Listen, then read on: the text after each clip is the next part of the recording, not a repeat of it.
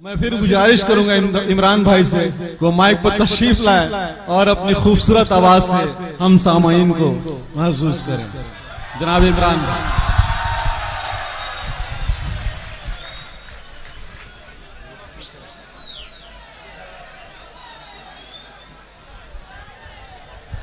मुझे हुक्म दिया गया है कुछ सुनाने के लिए। मैं थोड़ी देर और कोशिश करता हूं कि आपसे रूबरू रह सकूं, आपके दिल का दर्द गा सकूं। 4 मिसरे और पढ़ता हूं।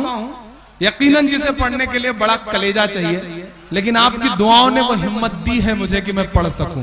पढ़ता हूं, सुनिएगा। एक जैसे गुनाह थे दोनों, एक बेजान सा जिस्म है लटकता हुआ। वो शायद यही कह रहा है। मैं कोशिश करता हूं, मुझको जालिम का तरफदार नहीं लिख सकते, कम से कम वो मुझे लाचार नहीं लिख सकते। जहां हथेली पे लिए बोल रहा हूं जो सच, उसको इस देश के अखबार नहीं लिख सकते, उसको इस देश के अखबार नहीं लिख सकते। मैं हिम्मत करता हूं, पढ़ता हूं, सुनेगा कि एक जैसे गुनाह थे दोनों, एक जैसे गुनाह थे दोनों, फिर ये इंसाफ है दुरंगा क्यों, फिर ये इंसाफ है दुरंगा क्यों। सूली याकूब के हिस्से में और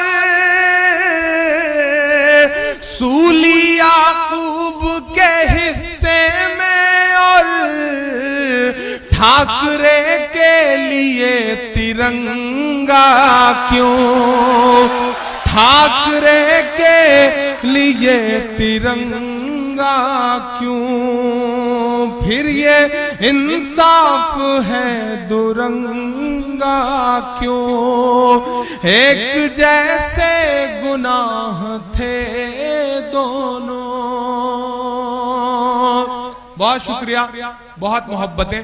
थोड़ी देर आप बहुत अच्छा सुन रहे हैं, बहुत मोहब्बत से सुन रहे हैं। मुझे एक नज़्म पढ़नी है। शमीम मेरा बड़ा भाई, नाम भी बड़ा है। डॉक्टर राहत इंदौरी ने कभी एक शेर कहा कि ये अलग बात के खामोश खड़े रहते हैं, फिर भी जो लोग बड़े हैं वो बड़े रहते हैं। ये अलग बात के खामोश खड़े रहते हैं, फिर भी जो लोग बड़े हैं वो बड़े रहते हैं। और ऐसे दरवेशों से मिलता है हमारा सजरा, जिनके जूतों में कई ताज पड़े रहते हैं, जिनके जूतों में कई ताज पड़े रहते हैं। अपने इस भाई को बहुत मुबारकबाद दूंगा। और ये जहां से भी सीटी की आवाज निकल रही हो, उनके आसपास जो लोग हों उनसे कह दीजिए कि जब कोई सीटी मारने वाला चेहरा आए तब सीटी मारेंगे। अल्हम्दुलिल्लाह मैं मर्द हूं और मर्दों पे इतनी देर तक सीटियां नहीं मारी जाती। आप अब तो अपना टेस्ट आप लोग सुधार लीजिए। आप बहुत अल्हम्दुलिल्लाह बड़े जिंदा दिल हैं। अब बेहतर होगा कि ये सिलसिला बंद करें। मैं एक जिम्मेदारी भरी नज़्म आपकी अदालत में रखने चल रहा हूं, पढ़ता हूं, सुनिएगा। मेरे कई बड़े बुजुर्गों की फरमाइश है। मेरा एक दोस्त है हमजा, वो मुंबई से इस प्रोग्राम को सुनने के लिए आया, तो उसका भी हुक्म है कि मैं कुछ सुनाऊं एक नज़्म जो वो चाहता है। मैं शुरू करता हूं एक नज़्म। उस नज़्म की तमहीद में बस इतना कहता हूं दोस्तों कि शमीम ने जो कुछ बोला वो मेरे दिल का दर्द है। मैं उस दर्द को पूरी दुनिया में गाता फिर रहा हूं। और उस नज़्म की तमहीद में बस एक बात आपको बताना चाहता हूं कि महाराष्ट्र में एक इलाका है चचा, जहां एक औरत का इंतकाल होता है। जनाजा रखा जाता है कि अब जनाजे की नमाज पढ़ी जाएगी। झगड़ा शुरू होता है कि आखिर जनाजे की नमाज पढ़ाएगा कौन। वो लाश रखी रह जाती है और 3 लाशें और गिरती हैं, तलवारें निकलती हैं। हम कहां आ गए हैं, हमने कहां तक का सफर तय कर लिया है। क्या कभी आपने सोचा कि गुजरात में हमारी बहनों को जब घर से निकाल के उनके पेट में त्रिशूल घोंपा जा रहा था, तो क्या उनसे पूछा जा रहा था कि तुम बरेलवी हो या देवबंदी हो? नहीं पूछा जा रहा था। मुजफ्फरनगर में भी ये नहीं पूछा गया कि तुम देवबंदी हो या बरेलवी हो। आखिर क्यों लड़ रहे हैं? उन्हें तो बस एक चीज से मतलब होता है कि हमारे नाम के सामने मीम लिखा है या नहीं। मैं नज़्म पढ़ता हूं और आपसे दुआएं मांगता हूं, पढ़ता हूं, सुनिएगा। कि नफरत वाले हर रंगों ने उन्मादी चंद लफंगों ने साबित ये किया पूरे भारत में होने वाले दंगों ने।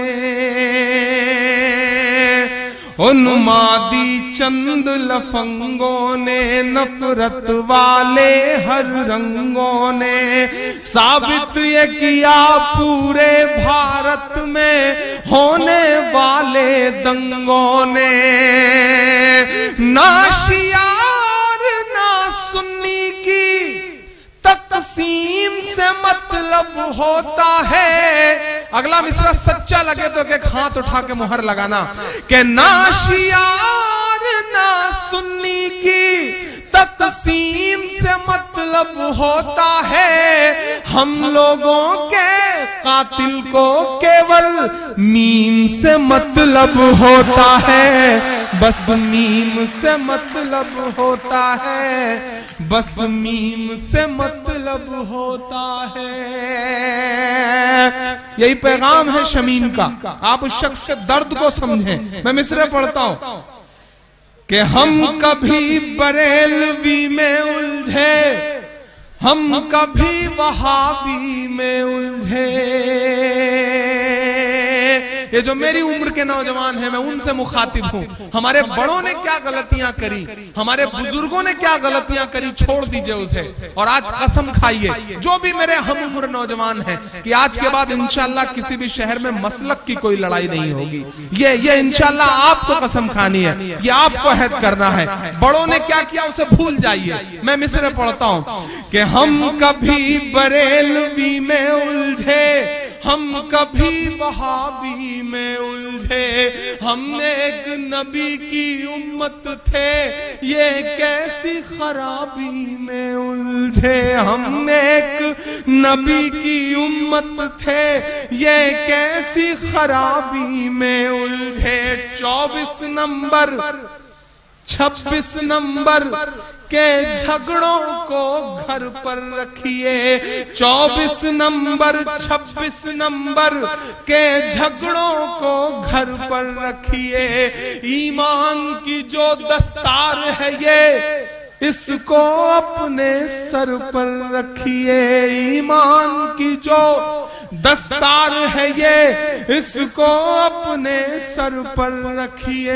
गैरों से भी ज्यादा हम सबको अपने भाई से नफरत है। गैरों से भी ज्यादा हम सबको अपने भाई से नफरत है।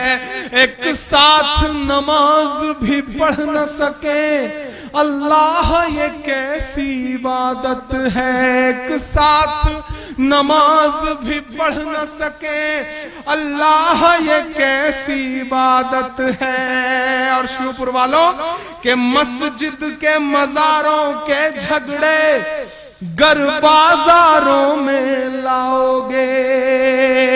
मस्जिद के मजारों के झगड़े गर बाजारों में लाओगे।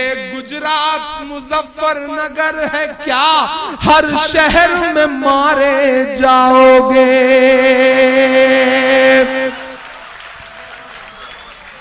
मस्जिद के मजारों के झगड़े गर बाजारों में लाओगे। गुजरात मुजफ्फरनगर है क्या, हर शहर में मारे जाओगे। उनको तो हमारे मिटने की, आप सब पढ़े लिखे लोग हैं। इस देश का एक बहुत ही communal leader Subramanian Swamy on the record interview में कहता है कि हिंदुस्तान पे हुकूमत करने की सिर्फ एक बड़ी बड़ी प्यारी सी चीज है कि मुसलमानों को आपस में शिया सुन्नी में लड़ाओ, मुसलमानों को देवबंदी वहाबी और बरेलवी में लड़ाओ और जितने दिन तक चाहो हुकूमत करो।